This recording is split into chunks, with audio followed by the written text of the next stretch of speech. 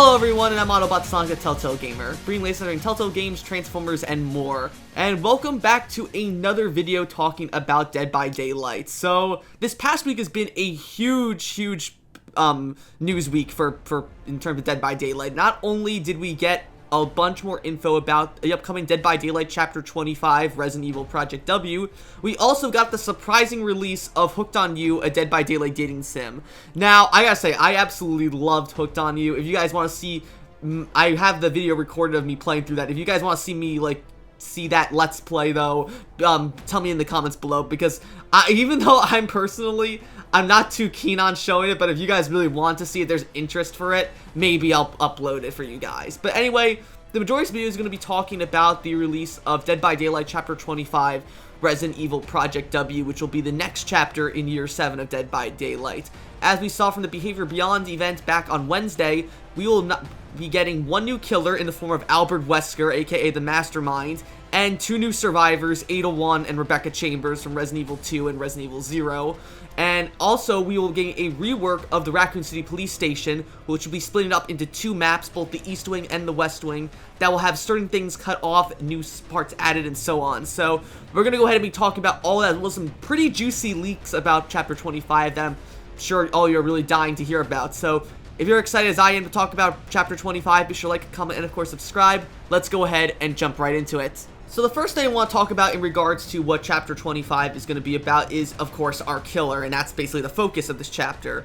So again, the killer that we'll be getting in Chapter 25, Resident Evil Project W, is none other than Albert Wesker himself, who will be going under the Dead by Daylight name of the Mastermind. And I think that's really fitting, considering it's actually kind of, not only just because how Wesker is sort of like the mastermind of the whole original Resident Evil timeline from Resident Evil 1 through 5, but also because it's a nice little callback, actually, to the Resident Evil Resistance video game, which was a multiplayer game that came out with the Resident Evil 3 remake 2 years ago, where 4 survivors have to try and escape a game set up by one other player who's playing as a mastermind. So I think that's a cool little callback to Resident Evil Resistance. I mean, as someone who didn't play it a lot, I did have a lot of fun with Resident Evil Resistance. I did played a lot before the Resident Evil chapter came out for Dead by Daylight.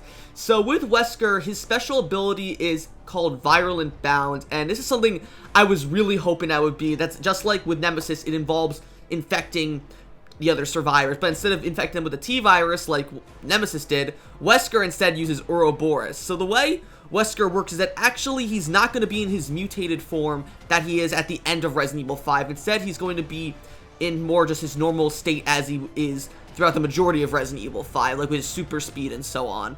So with Wesker's ability, Virulent Bound, essentially, according to DVD leaks, you'll have the ability while playing as Wesker to hold right-click to charge down a bound attack, which I can imagine is something similar to maybe the Demogorgon Shred attack or even a Blight's Rush. Probably some sort of mix between the Blight's Rush and a Demogorgon Shred attack.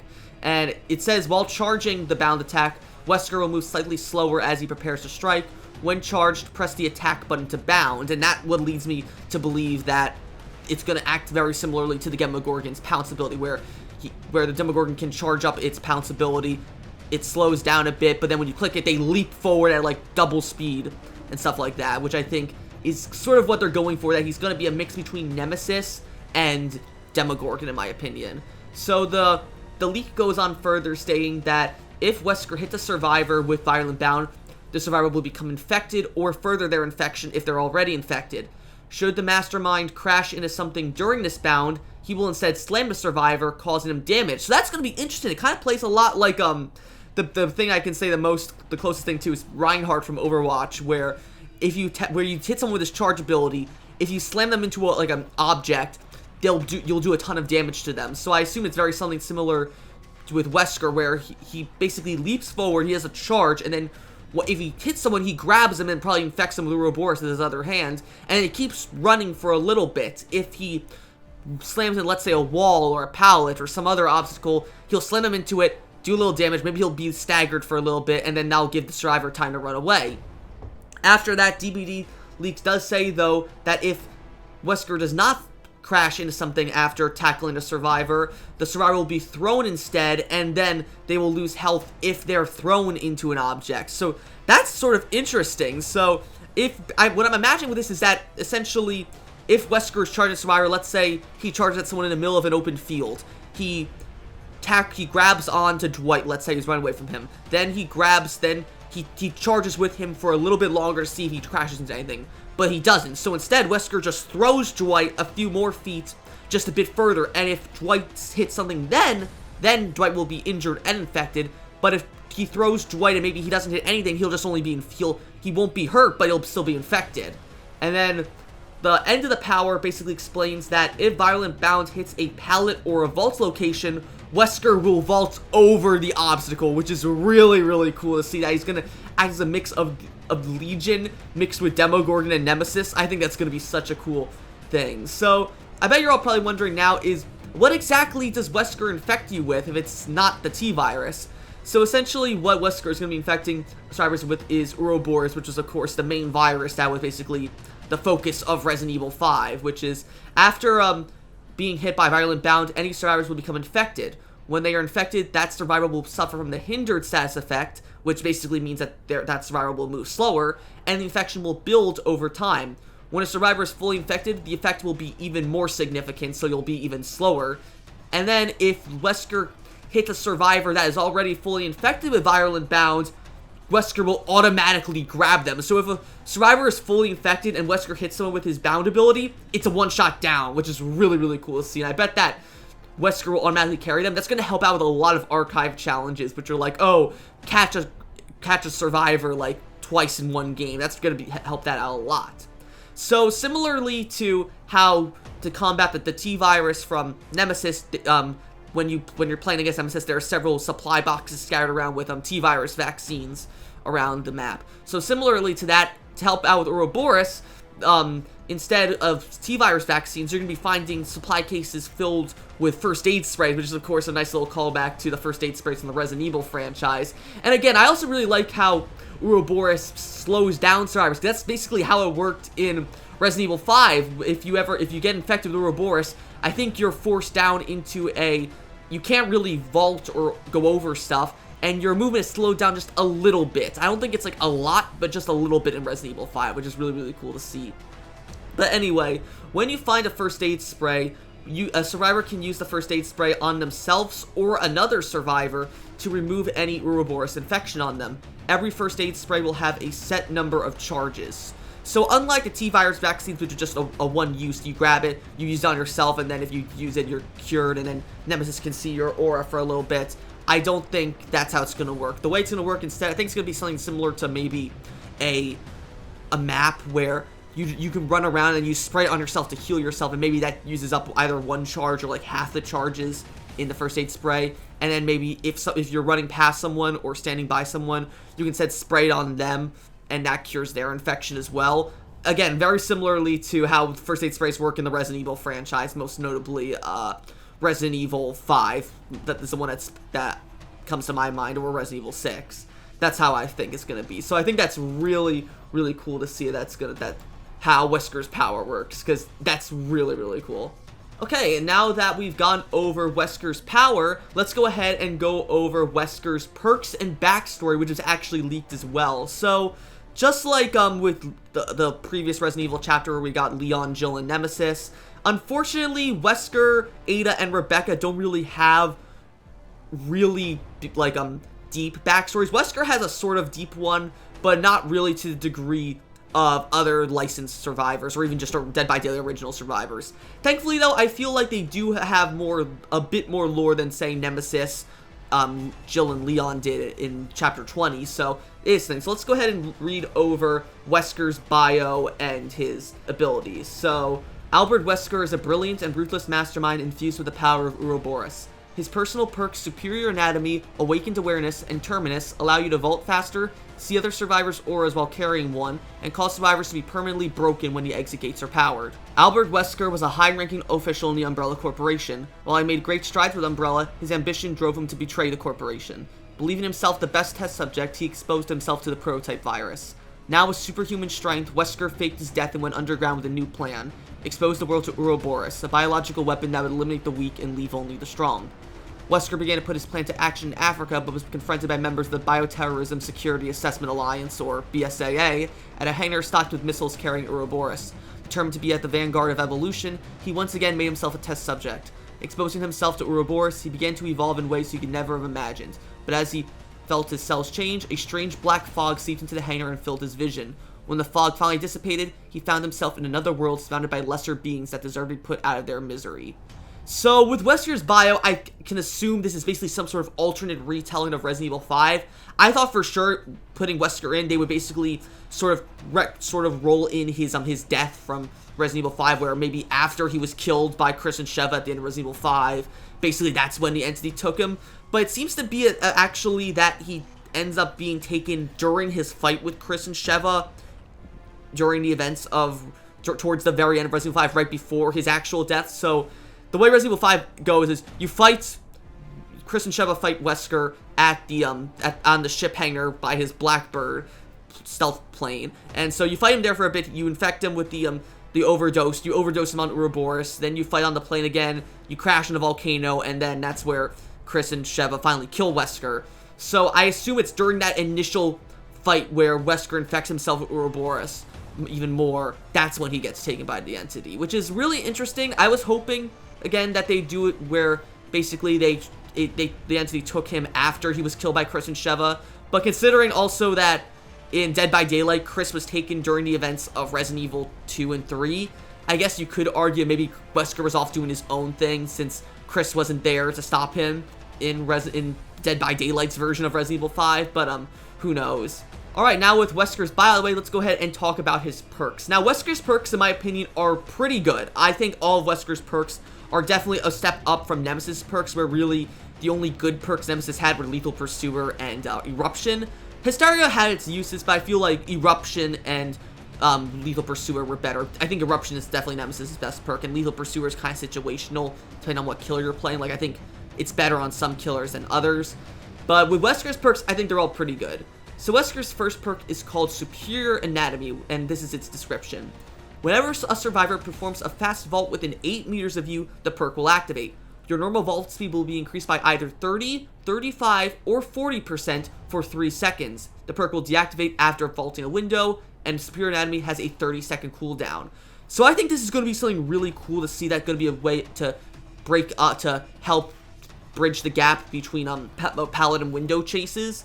So I can definitely see this working well with maybe Bamboozle and Fired Up. I wonder if maybe the effect will stack. Well, let's say maybe you get the 40% boost from Superior Anatomy. If you're already running Bamboozle and Fired Up with maybe like 2 or 3 tokens, will the vault speed be even faster, or does it just sort of take whatever's the highest value? Because that's the case, I think maybe Superior Anatomy might be the way to go. That's going to be help out. I'm not sure if it will help out a lot with Wesker, but I could definitely see some killers like maybe Trapper or Blight or even Oni working out a lot with that perk. I think it's going to help out them out a lot.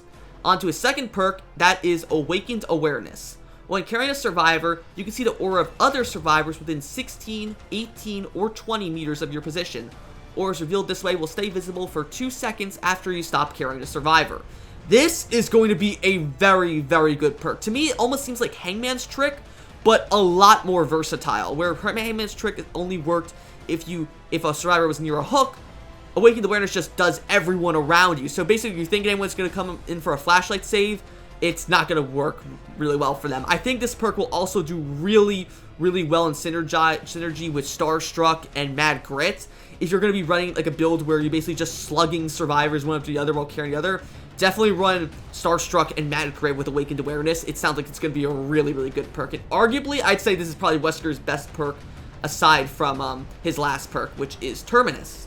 Terminus state functions as follows. When the exit gates are powered, the perk will activate. Any injured, downed, or hooked survivors are inflicted with the broken status effect until the gates are open. When an exit gate is open, survivors will stay broken for an additional 20, 25, or 30 seconds. This is something I think that's going to be a bit situational, but I think definitely could be the difference between a endgame sacrifice or an escape, definitely, in the right hands. I think if you mix this with something like Blood Warden, No Way Out. Oh, I think No Way Out actually would work really, really well with this, because that way you delay the gates even more by blocking them off for another 30 to 45 seconds. So that's going to make, if everyone's still injured with Terminus, that's going to be really, really useful in my opinion. So I'm wondering, though, how is Terminus going to work in comparison to something like Adrenaline? So let's say the X are powered, and Adrenaline would put a survivor into the healthy state. Would Terminus just negate it, or would it work that Adrenaline Rush or Adrenaline would make the survivor healed, but the next time Wesker hurts that survivor, they would become broken until the gate is open? I don't know, but Terminus definitely seems to be a good perk. In my opinion, if I had to rate Wesker's perks from best to worst, I would say Awakened Awareness is his best perk, then Terminus, then Superior Anatomy. But they're all pretty good perks in my opinion. I'm excited to see what the synergy players will make with them. Now, Wesker perks out of the way, let's go ahead and talk about our first survivor coming in with Dead by Daylight Chapter 25, Project W, and that is, of course, Ada Wong. So, a lot of people, myself included, really believe that Ada was, after we saw Leon, Jill, and then through legendary skins, Chris and Claire added in the first chapter, Ada's probably the most important person from Resident Evil to be put in after this, so it only made sense that Ada would be put in. So here we've got not only Ada's whole backstory that will be put into Dead by Daylight, but also her perks and their descriptions as well, which I'm really happy for some of Ada's perks. So let's go ahead and read her bio right now. Ada Wong is a mysterious secret agent whose skill in espionage makes her a dangerous foe. Her personal perks Wiretap, Reactive Healing, and Low Profile will allow her to spy on a killer, gain a surge of healing when her allies are hurt, and leave no trace when she's the final survivor. Everything about Ada Wong was an enigma. Her history, her nationality, her allegiances, her motives, even her real name was a mystery. Was she a corporate spy working against the Umbrella Corporation? Was she loyal to Albert Wesker, or was she a double agent? And why was she after the Las Plagas parasite? Clearly, she was a trained assassin, a weapons expert with advanced martial arts training. While investigating Los Illuminados, she was captured and nearly killed in a ritual sacrifice. But in the end, she escaped and was never seen again. That, too, was an enigma. So, clearly, obviously, Ada does have a bit more substance to her backstory than, say, the 2 sentences that Leon got back in Chapter 20, which I am happy for. But it does still feel like that they could just elaborate a bit more on her stories. But I do think this is a step up from the backstories we got for the original Resident Evil chapter. So, first off, I'm going to say this right now, I haven't played Resident Evil 4 yet. It's the only main Resident Evil game I haven't played yet through its entirety. I played through all of Resident Evil 1, a bit of like half of Resident Evil 0, all of Resident Evil 2 and 3, and all of Resident Evil 5, 6, 7, and 8. But I have never once touched Resident Evil 4. I'm hoping to play it right before the Resident Evil 4 remake comes out next year, so I'm really looking forward to that. But I know that Las Plagas is the main virus in Resident Evil 4, and Los Illuminados is like the main faction, evil, like enemy faction in Resident Evil 4, and I know of course that Ada plays a big part in Resident Evil 4, so I assume she, in the world Dead by Daylight, she got taken during the events of Resident Evil 4, which is interesting considering that Ada's appearance is based off her appearance in the Resident Evil 2 remake, which I guess could make sense considering we don't really, even though we got a teaser of how Ada's going to look in the Resident Evil 4 remake, we don't have the full body look of Ada's Resident Evil 4 remake appearance, so they don't want to spoil it, I guess. But it is interesting that they're going to do it. I thought for sure that the way they would put in Ada in Dead by Daylight would be how she sort of fakes her death in the Resident Evil 2 remake, where after she presumably falls to her death in Leon's story, that would be when she gets taken by the entity, and maybe instead of just being saved by herself, she ends up being saved by the entity and taken into the fog. That's what I thought was going to happen. But yeah, I'm really, I do like Ada's backstory though. But let's go ahead and talk about her perks, which I am very, very excited to talk about. So Ada's first perk is called Wiretap, and this is a perk that honestly, I think it's going to be like Blast Mine, but really, really good. I'm not saying Blast Mine's a bad perk, but it's very similar in use to Blast Mine, and I'm really excited for it. So here's Wiretap's description. After repairing generators for a total of 33%, the perk will activate. After repairing a generator for at least 3 seconds, press the ability button to install a Wiretap in a generator, which will stay active for 80 seconds. The aura of trap generators will be revealed in yellow to all survivors. When the killer enters within 14 meters of a wiretapped generator, their aura will be revealed to all survivors. Damaging the generator will destroy the wiretap. So I think that's going to be a really, really good perk as a form of situational awareness, and not the perk situational awareness, but just to have the survivors get situational awareness. I think that's going to be really good. You mix that in with perks like Kindred. If you mix that in with Open-Handed from Ace, I think it's going to be really, really good in being in tracking where the the killer is. Like, imagine if you're working on a generator with a survivor, and the killer comes to chase one of the other survivor working on the generator with you. They're looping the survivor around, and then you put wiretap in the generator so the other two survivors can see where that the killer is being looped, and therefore they have time to go ahead and work on other generators or heal, cleanse, hex totems, whatever. Wiretap is definitely going to be a really good perk to see. I can't wait to see that one. Ada's second perk is called Reactive Healing, and this is an interesting perk. To me, it's like Resurgence, but it's going to be a lot more effective in my opinion. So the way Reactive Healing is as follows. When another survivor loses a health state in a 32-meter radius around you when you're injured, instantly increase your healing progression by 35% of the missing healing regression. That is going to be very, very good, and to me seems like a lot more of a less situational version of Resurgence, which was one of Jill's perks. So the way Resurgence worked was after being unhooked, half of your healing will already be done. But Reactive Healing works is that every time a survivor gets hurt nearby you, 35% of your healing will be done. But let's say you have 35% done already, then that means 65%, 35% of that 65% will be done. And so I just think Reactive Healing, that's going to be really, really good. And I wonder, like, if you'll be able to fully heal yourself with Reactive Healing. Like, let's say well, no, since it says only 35% of the missing healing progression, so no, it won't be possible to fully heal yourself through Reactive Healing, but it'll certainly get you a head start in healing. So I think in, like, do or die situations, Reactive Healing is going to come in clutch. So that's a pretty good perk. And finally, Ada's final perk, which I think it is situational, but I think it's going to be a really good endgame perk, and that's Low Profile. When you are the last survivor, the perk will activate. All your scratch marks and pools of blood will be hidden for 90 seconds. So that's when you're the last survivor and you're running Low Profile, that's going to help out a lot with finding the hatch. I think it's going to be really, really useful to use. You mix that in with Left Behind, maybe a red map or a map with a add-on to find the hatch. That's going to be really useful towards finding the hatch. And I guess it could help a bit with opening the exit gates too, if that's the case. But if you could also just be running a key as well in case the killer closes the hatch. Low Profile, I think, is definitely Ada's worst perk, but it's not a horrible perk per se. It's just really situational. So that's a summary of Ada's perks. If I had to say what her best perk is, it's definitely Wiretap, then Reactive Healing, then Low Profile. Wiretap and Reactive Healing are amazing perks. Low Profile is really situational, but it still can be good in certain situations, I think. But I'm really excited to use them all. But that's going to be it for Ada. Let's go ahead now and move on to our second survivor, Rebecca Chambers. Moving on to our final survivor in Project W, Rebecca. We are going to be going over, just like with Ada, her bio, her perks, and basically what I think of those perks. Let's go ahead and start with Rebecca's bio. Rebecca Chambers is a gifted medic and squad member whose presence soothes those around her. Her perks, Better Than New, Reassurance, and Hyper Focus, allow her to give teammates speed boosts, give temporary relief to struggling allies, and complete skill checks at increased speed. A child prodigy, Rebecca Chambers graduated from college at age 18. As a rookie police officer, she was the youngest member of the Special Tactics and Rescue Service, or STARS, assigned as a field medic with Bravo Team. Dispatched by STARS to the Arclight Research Facility, her squad investigated a series of grisly murders. While exploring an abandoned train, she discovered undead monsters and mutated animals. She escaped to an even more horrifying place, an old underground Umbrella Corporation facility filled with shocking abominations. Desperate to find the other members of Bravo Team, she followed their disembodied voices into a mysterious black fog that seemed to appear from nowhere. As Rebecca pushed through the heaving fog, she suddenly heard menacing footfalls behind her. Instinctively, she reached for her sidearm, but her holster was empty. Her weapons were gone.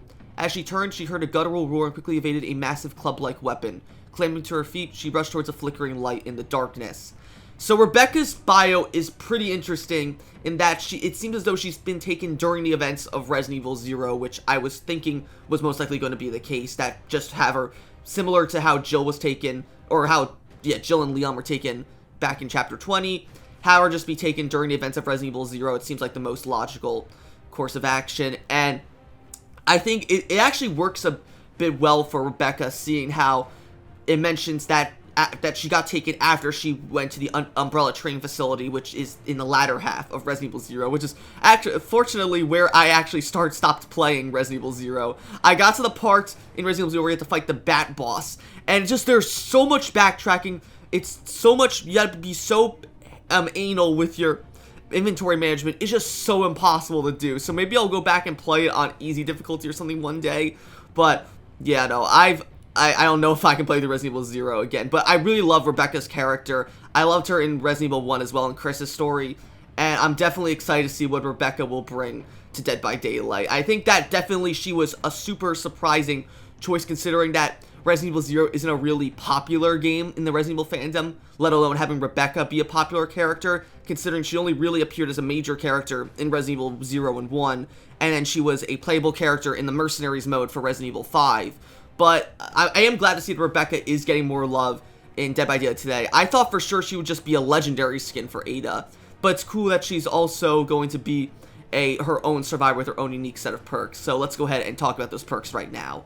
Rebecca's first perk is called Reassurance, and this is going to be a really interesting perk to see that I think will be really useful in unhooking survivors. So here's how Reassurance works. When within a 6-meter radius of a hooked survivor, use the active ability button to pause their struggle progression for 30 seconds. If they are on the struggle phase, it will pause struggle skill checks as well. Reassurance has a 40-second cooldown. So this acts very similarly to Kinship, which was one of Steve's perks back in the Stranger Things chapter, where essentially, if you use Kindred, when you're on the struggle phase, it would basically, not Kindred, Kinship, it would basically pause the struggle timer for about 30 seconds if a survivor was in 24 meters of you, if I remember correctly. But again, it was very situational that a survivor had to get close enough to you for Kinship to activate. But Reassurance definitely seems like the fact that it's not going to be a one-time use perk, that's going to be very useful. I think that's going to come in clutch with some last-minute saves, and it's the fact that it can be reused after a 40-second cooldown. Imagine you have a whole Swift group running Reassurance, and then that just keeps the one person on the hook. They never get progressed to any hook progression. That's going to be really annoying for killers. I can see Reassurance actually being like a sleeper hit in terms of meta perks. I think Reassurance is definitely going to be a perk to watch out for. It looks really good. Rebecca's second perk is called Better Than New, and I think this is going to be a really good healing perk. Upon completing a healing action on another survivor, the targeted survivor gets a 6% speed boost to repairing generators, healing, opening chests, and cleansing totems for 35 seconds. So it is a bit situational with that 35-second time limit. I thought it would be better if maybe the the speed bonus is kept constant until that survivor gets hurt again. But Better Than New, though, that 35-second time is still a bit generous, which I think could help out. Like, imagine you're healing a survivor when you're safe out of the killer's range next to a generator, heal them up, Better Than New activates, and then that will maybe give you just that last boost you need to finish a generator. That I think is going to be, it's going to be a bit situational, but I think it could be a really good perk in the right hands. That leads us to Rebecca's final perk, Hyper Focus, which is honestly a really interesting skill check perk. So let's go ahead and read the description for it now. After hitting a great skill check while repairing or healing, the perk will gain 1 token up to 6 tokens. Every token will increase the chance of skill check triggers by 2%, the chill check cursor speed by 4%, and a bonus progression for great skill checks by 30% of its base value. This perk will lose all tokens in the case of a normal skill check success, a skill check fail, or if the action is stopped by any means. This is going to be a very situational perk. To me, it seems like Stakeout, which was one of Tap's perks, but a lot more situational and also just a lot more risk reward. It definitely feels like one of the better skill check perks in Dead by Daylight, but it is going to be very situational. The fact that you're speeding up your own skill check speed just to get that 30% bonus for great skill checks. I think actually if you pair this with Stakeout, that's going to be really good. If you pair Hyper Focus with Stakeout, that's actually going to work really well, and maybe a good synergy going forward. I could definitely see Hyper Focus and Synergy working together really well, but on its own, I'm not sure Hyper Focus is the best perk. But if you mix that with Stakeout from Tap, I think it's going to be a really good perk. So that's going to be it for Rebecca's perks. We have Reassurance, Better Than New, and Hyper Focus. That's pretty much the order in which I would give them in terms of the best perk to her worst perk. Reassurance seems like it's going to be a great unhooking perk. Definitely it's going to do well in dragging out the game, where maybe if the killer is camping the survivor, maybe you're on a 3-gen, or all the generators are done, you're just waiting to get the right moment to free that one survivor. That's Reassurance is going to help out a lot with that if everyone's running it. Better Than New is definitely going to help out in certain situations with repairing generators and maybe cleansing totems.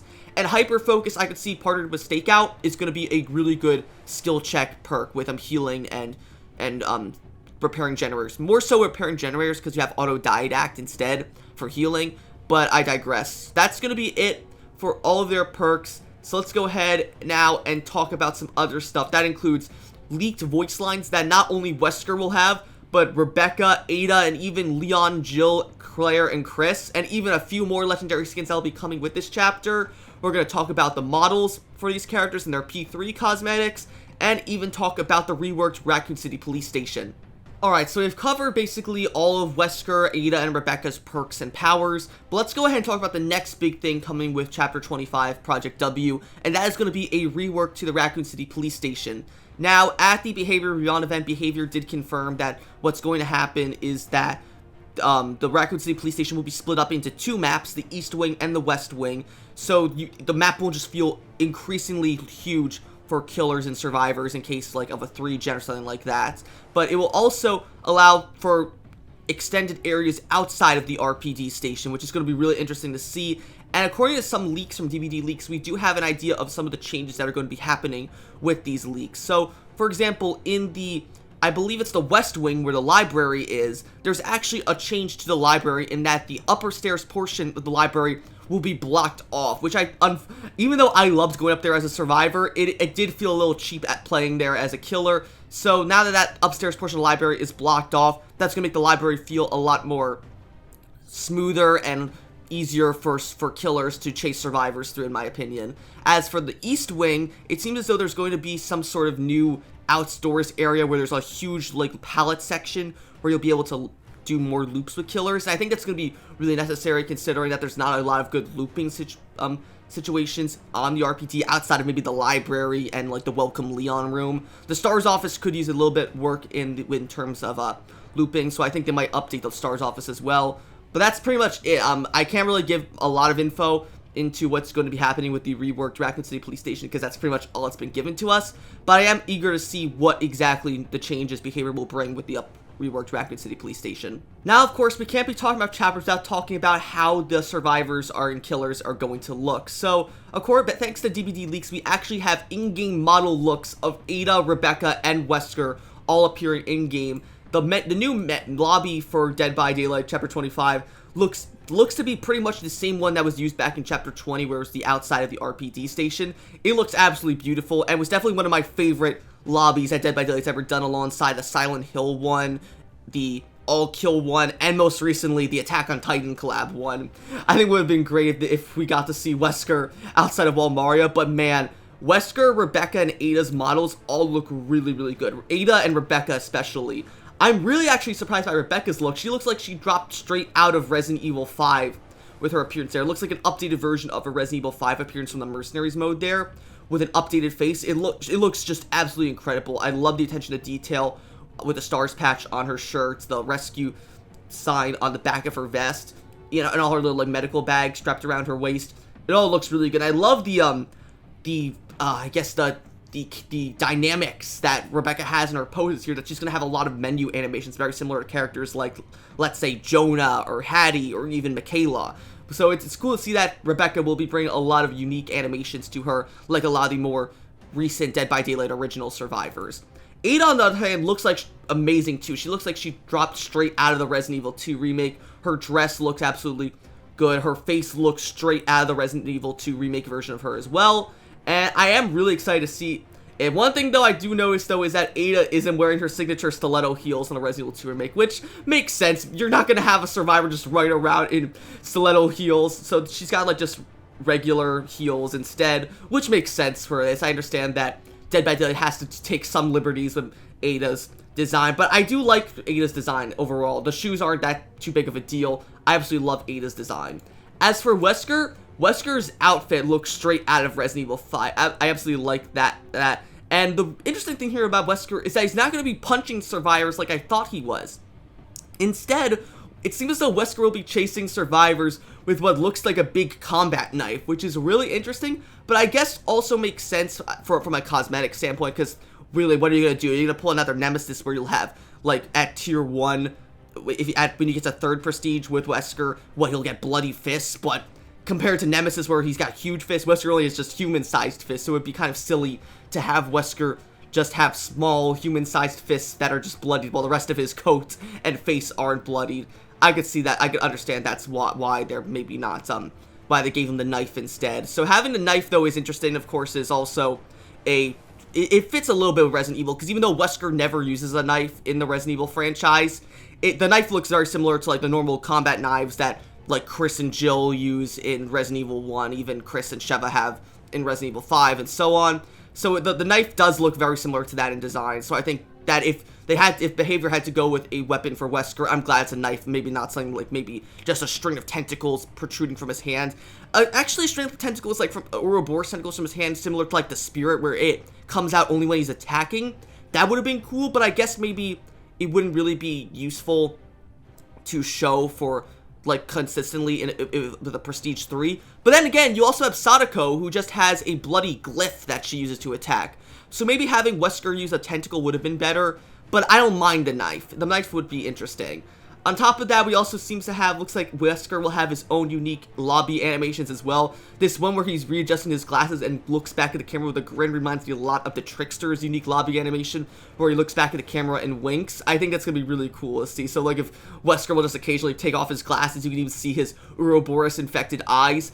It looks so good. And then the P3 cosmetics here even look even better. Well, I guess you can't call them the P3 cosmetics because of the rework. We'll call them the P6 cosmetics now.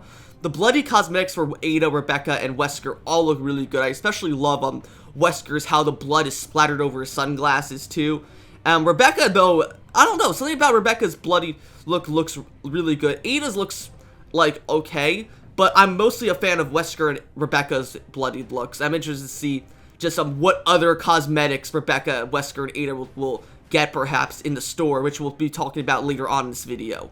In addition to the models for Wesker, Ada, and Rebecca, we also got model leaks for other Resident Evil characters getting reworked, most specifically Claire and Jill. So I didn't think the Jill rework was absolutely necessary because I actually liked the old Jill model, but it seems as though Behavior will be updating Jill's appearance for the release of Project W. As you can see here, here's what Jill looks like currently in Dead by Daylight, mixed in with how she'll look when Project W comes out. The only difference I can see in the face really is maybe her eyes are a bit bigger, which I guess fits her in the Resident Evil 3 remake more, but I don't think it's that necessary. The biggest change, though, for Jill comes in her character portrait. As you can see here, we have the older character portrait here that was added in back when she was first released in Chapter 20 last year, and on the left here we have the new one that'll be put in when Project W comes out. If I'm honest, I'm not a big fan of how shiny Jill looks in the new model, but I will say her eyes being wider do better reflect her appearance in the Resident Evil 3 remake. Even though I didn't have any real problem with her model in her portrait in the original Chapter 20 release, I think it's alright. It's something I'll definitely take some time to get used to, but I think is going to be alright. The thing I'm most excited for, though, is the rework to Claire, which is, I know something a lot of Dead by Daylight players have been asking for. So if you remember back when Claire was first added in as a legendary skin for Jill, I even said this back in my analysis of her and Chris' legendary skins for Jill and Leon. The Claire skin's face wasn't exactly the best looking. I said her face looked a bit off, but the outfit was spot on. I stand by that. I think Claire definitely doesn't look that good in terms of face, but the reworked face that you can see here that'll be coming with Project W looks so much better. They fixed her eyes, looks a lot closer to the Resident Evil 2 remake appearance. Even her mouth looks a bit better as well. But it's really the eyes and the brow that Claire's change is the biggest you can see in. And I definitely really like that. And I think it's definitely a welcome change and perfect change to Claire to make her look more in line with Chris, Leon, Jill, and soon to be Ada, Rebecca, and Wesker. Now we're gonna get on to more audio leaks with Dead by Daylight Project W. So with these leaks, we have quite a few things. First off, we know what the chase music for Wesker is going to sound like. I absolutely love the chase music. I think this may be probably, I really did like Nemesis' chase music. Demogorgon's was good too. There are a lot of good chase musics, but I think Wesker is honestly going to be my favorite chase music. So go ahead and take a little bit of a listen to it right now.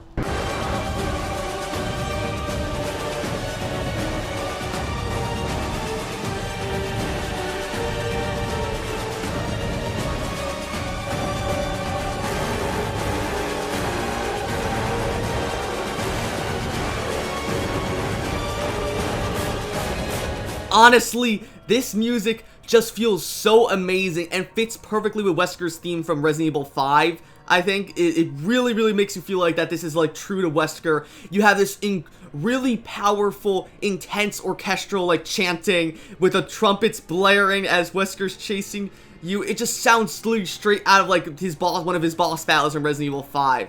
I absolutely love his chase music, and I'm so excited to hear it when it comes out. We also, of course, not through a leak, but actually we have a snippet of what his main menu theme is going to sound like, courtesy of the Dead by Daylight Project W reveal trailer, which at the very end of the trailer, when the title card for the chapter is being shown, we do hear what Wesker's theme is going to sound like, and I'm so glad that it will be different from Nemesis's. When they first announced it, I thought for sure Wesker was going to have the same lobby theme as Nemesis, which isn't bad because I love Nemesis's theme, but Wesker's is just so much better. So just take a listen to it for yourself, and I think it absolutely sounds incredible.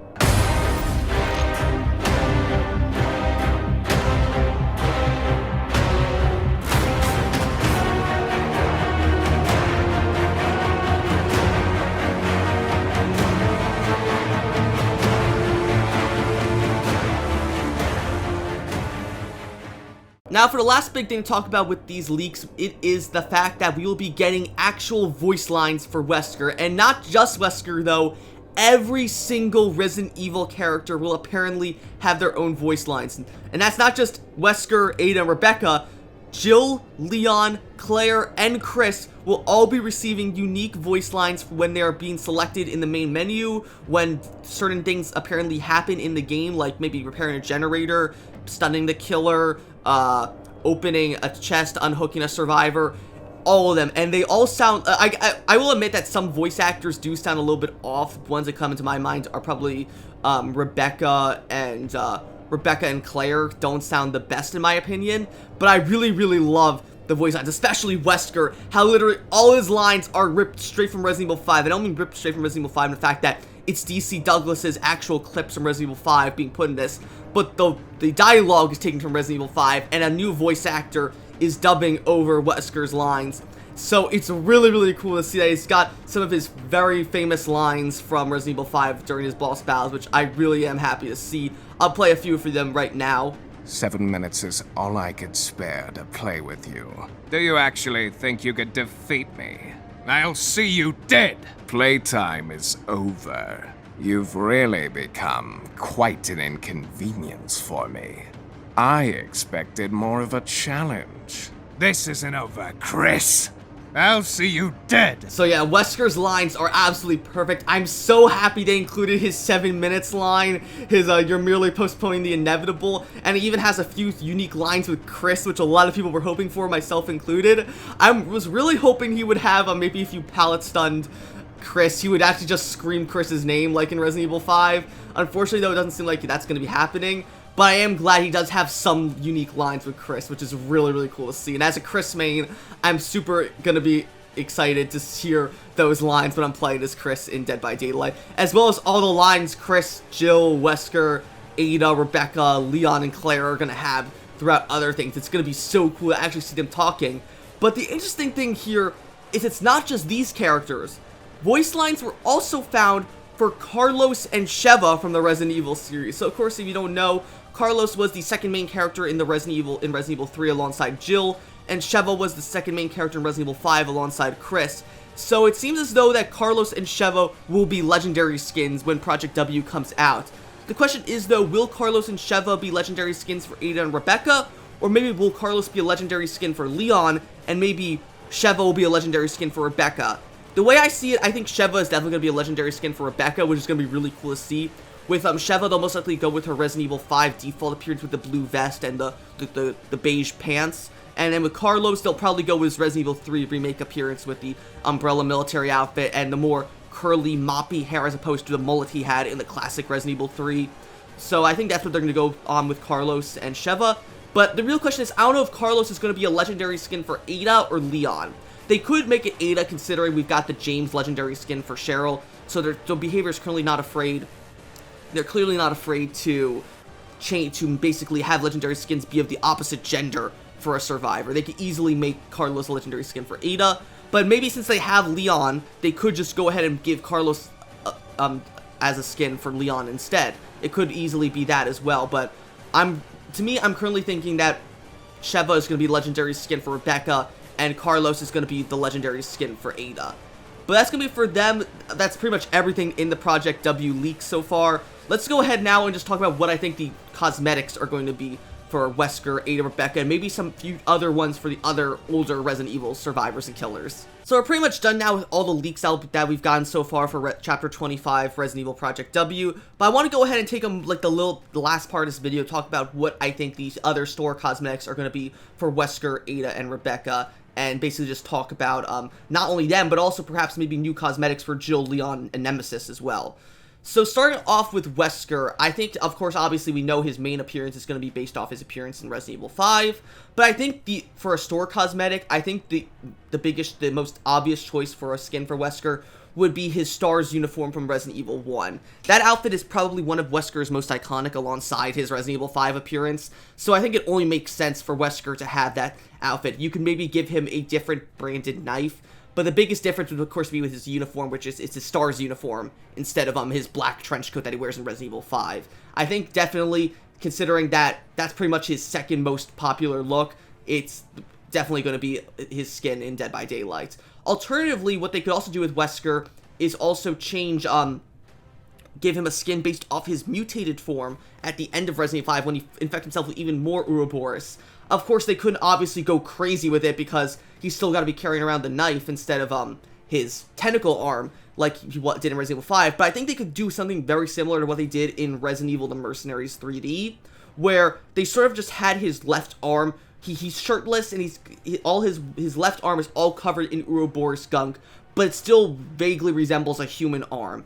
I think that would be the best way to show off a mutated Wesker without really losing the human aspect of Wesker that behavior seems to be going for with him. With Wesker's cosmetics out of the way, let's go ahead and talk about what Ada's potential cosmetics would be. So of course with Ada, her default outfit is her outfit from the Resident Evil 2 remake.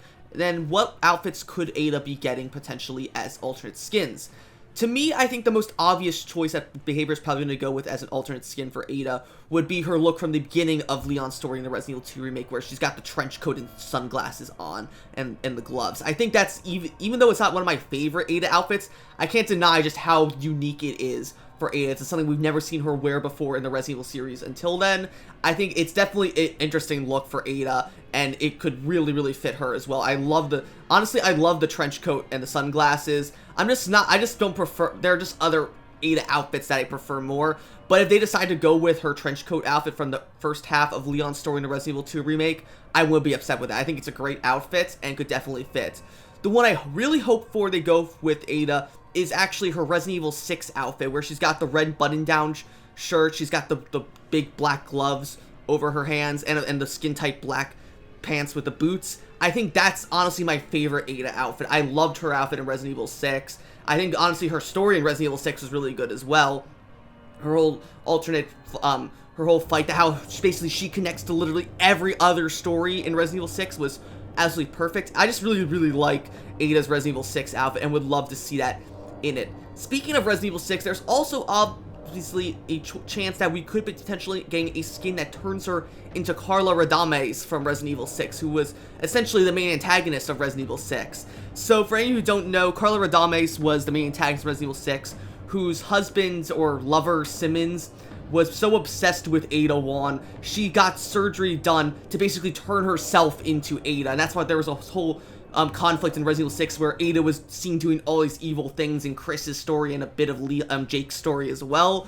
But it turns out that wasn't actually Ada, that was Carla pretending to be Ada. So I could definitely see maybe Ada gets an outfit based off Carla with the blue dress and the red scarf. That would be pretty cool outfit to see, but I much prefer they're going to do an outfit from Resident Evil 6. Give Ada her main outfit with the red button-down shirt and black pants. That would be the best one in my opinion. They could also go for a Resident Evil 4 outfit similar to how they did with Leon, where she's got her red, like, sort of oriental dress a bit with the moth pattern on it. I think that could fit well with other survivors in Dead by Daylight, considering we've had characters like Meg and Claudette get full-on dresses as outfits. Ada's outfit in Resident Evil 4 isn't really like one of my favorite designs for Ada, but I can't deny that it is a popular one in the Resident Evil fandom. So if Ada was to get her Resident Evil 4 design as an outfit, I wouldn't be surprised. Alternatively, they could throw a huge curveball at us and give us a brand new look for Ada based off her appearance in the upcoming Resident Evil 4 remake. Now, here's the thing. We don't exactly know the entire look for what Ada will look like in the Resident Evil 4 remake. We only have this one close-up shot from the original Resident Evil 4 remake trailer that was released a few months ago of Ada from the neck down in what seems to be some sort of bright red or dark red turtleneck sweater with a holster or a harness over her chest. This outfit, I feel like they're going with something very similar to her Resident Evil 6 appearance. Maybe she'll have on like tight black pants, but she'll be wearing more of a sweater as opposed to the button-down shirt she wore in Resident Evil 6. If they went ahead and did that with her and made this her alternate outfit based off the Resident Evil 4 remake, I would love that. But again, I just don't think it could happen considering they're Capcom's really trying hard to keep Ada's Resident Evil 4 remake appearance under wraps. So I think maybe they'll hold off on that, maybe give her either her classic Resident Evil 4 appearance or her trench coat design from Resident Evil 2. I think it's going to be one of those two, though my most preferred ones would be her Resident Evil 6 outfit or her trench coat outfit from the Resident Evil 2 remake. On to what potentially Rebecca's cosmetics could appear to be. So, of course, Rebecca's main design is based off her appearance in Resident Evil 0 and the Resident Evil 1 remake, where she has the green t-shirt under the stars like medical bulletproof vest and the combat pants underneath. I think it's definitely Rebecca's one of her best looks in my opinion. I'm really glad they went with that over other ones, even though there really isn't anything else to go off of. If I had to say what I believe Rebecca's alternate skins would be, aside from the Carlos and Sheva legendary skins we talked about earlier, I think Rebecca's skin would be, the most likely one would be her alternate skin, aka her original skin from the original Resident Evil 1, where she had the red outfit, the red shorts and shirt under her vest with a headband on. That outfit to me, I think, is definitely one of Rebecca's best in my opinion, and I really think would, even though it's a bit close to the way Rebecca looks in her main outfit, it feels unique on its own, but still stays in line with Rebecca's character. I think it would definitely be fitting for Rebecca, and it's something I would want to see. The only other outfits I could think of were either, just considering those were only two main outfits that she wears throughout the entire Resident Evil series, all the other outfits would have to be just alternate outfits she's have as like secret skins in Resident Evil 5, Resident Evil 0, etc. Those outfits include like her leather outfit from Resident Evil 0, where she's got like this red, like this brown, like dark brown crop top on with the black leather pants. It looks really silly on her, but I don't know, they could go with maybe her cheerleader outfit, where she's got the Capcom branded cheerleader outfit, even though I don't know if Behavior would be okay with promoting Capcom in their game. They could go with her cowgirl outfit also, which is one of her secret skins from Resident Evil 0, where she's got the cowgirl vest and the torn denim shorts with the cowboy boots. They could go with that as well. But again, I just feel like these skins are just a bit too silly for Dead by Daylight, that maybe they just won't fit. That's why I feel like her headband's aka original look from Resident Evil 1 Classic would be Rebecca's best fit. They could throw us a curveball though and actually give us the dark Rebecca outfit. This was an outfit that was included with the PC version of Resident Evil 0 when it was released in HD a few years ago, where it's essentially Rebecca with red eyes like she was infected with Ouroboros, and she's got this black tight combat suit on, armed with like a chest device on her chest, similar to the one that Jill has when she's mind controlled by Wesker in Resident Evil 5. That's really the only outfit I can think of that would be like, that would maybe be good for Rebecca. But yeah, again, the only outfit I can really see Rebecca getting realistically would be her classic outfit with the red shirt and shorts, the headband, and then maybe her leather outfit. Maybe her biker / leather outfit from Resident Evil 0 too. So that's it for all the cosmetics I believe Ada, Rebecca, and Wesker are going to be getting. But what about the possibility that perhaps Jill, Leon, and Nemesis may also get new skins for this update? So we're going to go ahead and talk about those just really quickly, just give my 2 thoughts on them, because there's only a few skins I can think of for Jill, Leon, and Nemesis that we can possibly get. So for Jill, starting off with Jill, I'm thinking for Jill, the easiest ones that we can do, I would love to see, I think the one that they're going to go with is probably her STARS uniform from Resident Evil 1, because that skin is pretty much already in the Resident Evil 3 remake. They can just port it over straight to Dead by Daylight, considering that Jill in Dead by Daylight is based off Resident Evil 3 remake Jill. And I gotta say, me personally, I'm not the biggest fan of this outfit. compared to other Jill outfits, so I hope this isn't the case, but I understand that if, that from a business standpoint, this is the easiest skin to put in for Jill in Dead by Daylight. What I really would hope instead, though, is that they go with one of her outfits from Resident Evil 5 instead, that being her Lost in Nightmares outfit, where she's got the blue shirt and the baseball cap with the beige pants. That outfit, her, like, or her, I guess you call it her BSAA outfit as well. Or her outfit from when she's mind controlled by Wesker throughout the main portion of Resident Evil 5. The skin-tight purple combat suit with the red Ouroboros injector, like, dug into her chest. I think that would be a great look for Jill. That one would probably have to be a set, though. Though, let's be honest, they'll probably all be sets if, the other skins we've gotten for Jill, Leon, and Nemesis are any indication. Moving on to Leon, I think the best one for Leon would obviously have to be his Resident Evil 6 look. Either one of his 2 Resident Evil 6 looks. Preferably his one from the beginning of his story in Resident Evil 6, where he's got the very famous leather jacket and the jeans under it. I think that would look so good on Leon. It's going to be weird, though, to see, considering that Resident Evil 6 Leon is a lot older than RE2 Leon. He's about 20 years older. Or, okay, more so like 15 years older than Resident Evil 2 Leon. So he's going to have like a bit more stubble on his face. His face may look a bit more rugged, I guess. But considering how well of a job Capcom did with Leon aging him up for the Resident Evil 4 remake that's coming out next year, I think I see no reason as to why not Behavior couldn't just change Leon's face, make him look a bit older, and that would better fit his design from Resident Evil 6. The other one, of course, is his outfit from the second half of Resident Evil 6, where he's got the blue button-down shirt with the black vest over it, when he and Helena are in China. That's the only other outfit I could think of for Leon, in my opinion. Though I would prefer to go with his leather jacket look from the start of Resident Evil 6. Finally, that brings us to Nemesis, and I'm really surprised we got a blighted Nemesis skin last year, which I did not expect at all, but I think it's time we go ahead and give Nemesis a skin that's actually relevant to the game. So in my opinion, the best Nemesis skin I can think of is a classic Nemesis skin based off his appearance in the original version of Resident Evil 3. That's the best design I think I can give for Nemesis. Not saying that I like it more than the remake design Nemesis. I like them both. They think they both have their own strengths and weaknesses. But getting that skin for Nemesis would look really good. In addition, the only other one I can think of is a battle damage look for Nemesis. One that basically just has all his clothes in tatters. Maybe he's shirtless, showing off like more like pus and stuff like that.